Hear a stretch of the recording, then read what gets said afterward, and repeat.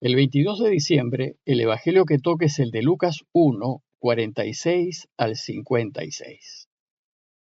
En aquel tiempo María dijo: Proclama mi alma la grandeza del Señor, se alegra mi espíritu en Dios mi Salvador, porque ha mirado la humillación de su esclava. Desde ahora me felicitarán todas las generaciones, porque el Poderoso ha hecho obras grandes por mí. Su nombre es santo, y su misericordia llega a sus fieles de generación en generación. Él hace proezas con sus brazos, dispersa a los soberbios de corazón, derriba del trono a los poderosos y enaltece a los humildes. A los hambrientos los colma de bienes, y a los ricos los despide vacíos. Auxilia a Israel, su siervo, acordándose de la misericordia, como lo había prometido a nuestros padres, en favor de Abraham y su descendencia por siempre. María se quedó con Isabel unos 3 meses y después volvió a su casa. En el relato inmediatamente anterior vimos que cuando María se enteró que su pariente Isabel estaba encinta, partió rápidamente hacia las montañas de Judea, al pueblito donde vivía, a fin de ayudarla. Y vimos que se trató de un encuentro lleno de cariño, en donde Isabel expresó su alegría y reconoció abiertamente que María estaba gestando al Mesías Salvador. Y en respuesta al saludo afectuoso de Isabel, María también expresó su alegría y gratitud a Dios en el texto que les acabo de leer. A 3 días para la celebración de la Navidad, la Iglesia nos invita a meditar en este hermoso texto que se conoce como el Magnificat.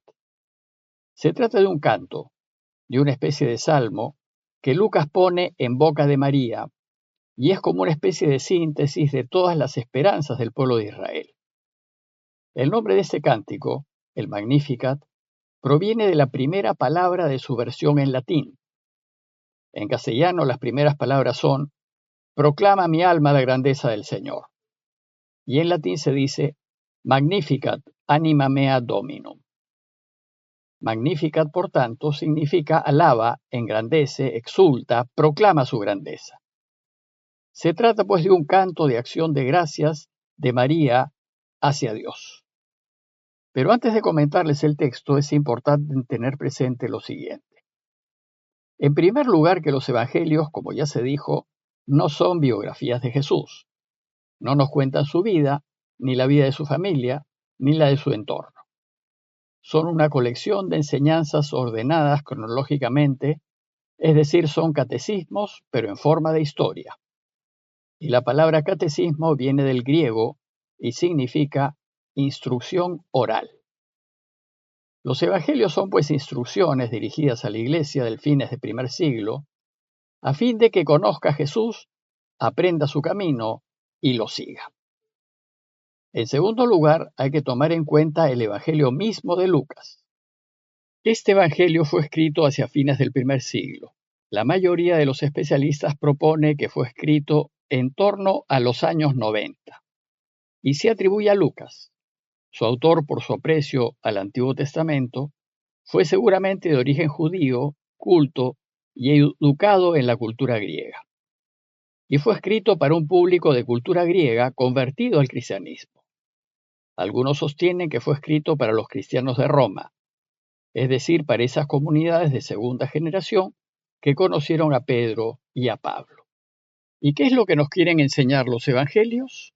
En primer lugar, que Jesús es el Mesías esperado.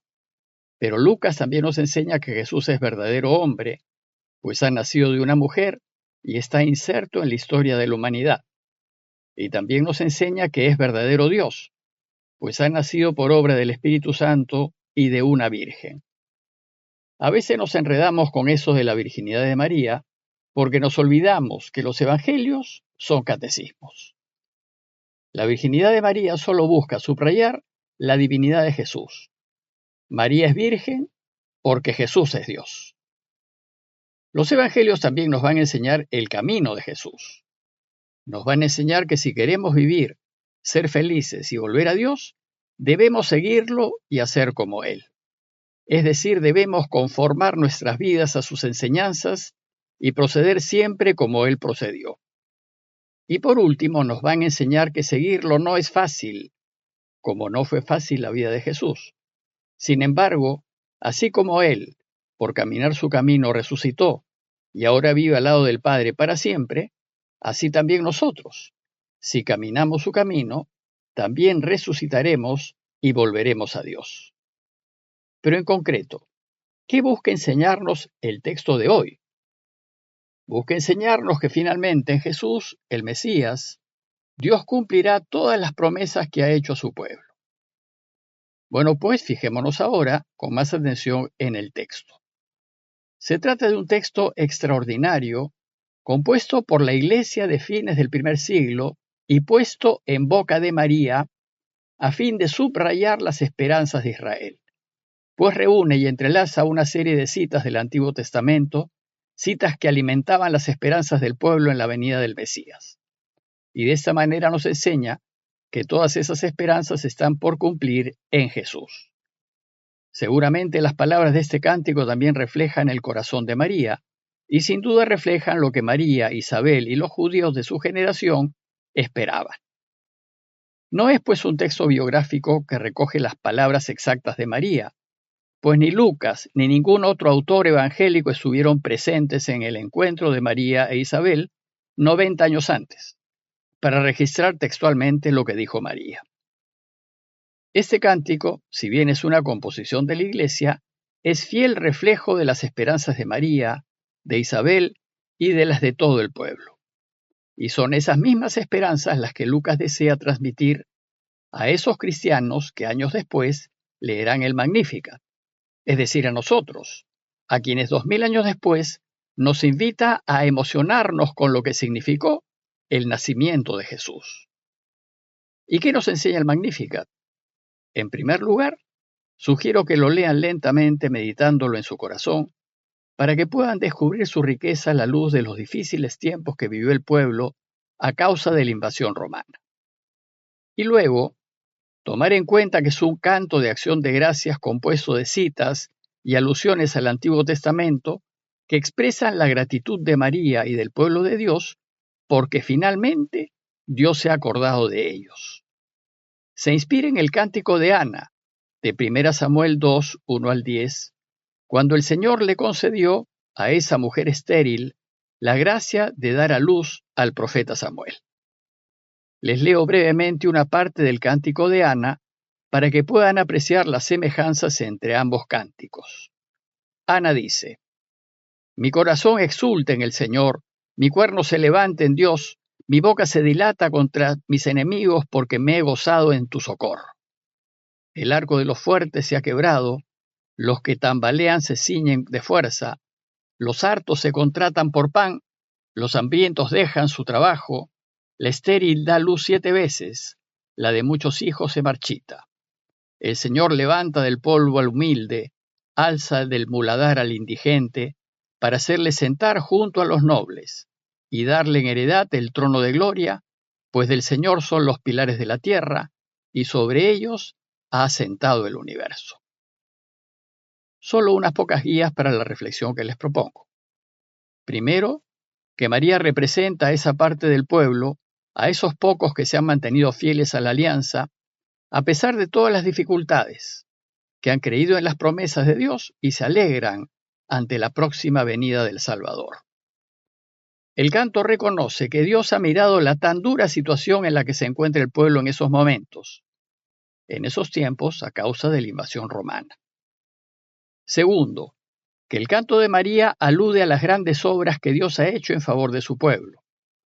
La mención de su brazo indica todas las grandes intervenciones de Dios en la historia. Primero, la liberación de Egipto, luego la vuelta del exilio en Babilonia y ahora el nacimiento de Jesús. Y tercero, considerar que el Magnificat tiene 2 temas principales. Primero, que Dios siempre se apiada de los pobres y de los humildes, se acuerda de ellos y nunca los deja abandonados, y bendice a los que temen al Señor, a los justos y a los que hacen su voluntad. Esta atención a los pobres contrasta con el desprecio hacia aquellos que ponen su confianza en sus riquezas, pues eso los hace orgullosos, incrédulos y rebeldes. Segundo, y luego que Isabel es objeto del favor de Dios, Dios es misericordioso y siempre auxiliará a su pueblo, en los momentos de dificultad y que la promesa hecha a Abraham y a su descendencia encontrará su cumplimiento en Jesús gracias al sí de María. El pasaje concluye diciéndonos que María se quedó con Isabel unos 3 meses y después volvió a su casa. El final de esos 3 meses coinciden con el tiempo del nacimiento de Juan, y probablemente María se quedó hasta después de la circuncisión del niño, 8 días después de su nacimiento, y luego volvió a Nazaret.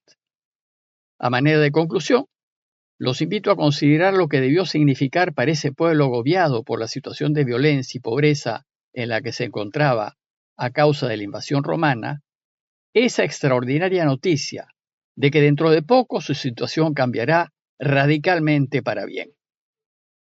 Y asimismo considerar la alegría que se siente el saber que Dios nunca nos olvida, que nunca debemos perder la esperanza en Él y que si somos de los justos, siempre nos rescatará de las situaciones difíciles en las que nos encontremos.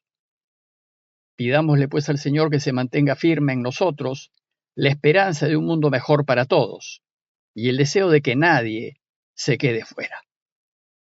Parroquia de Fátima, Miraflores, Lima.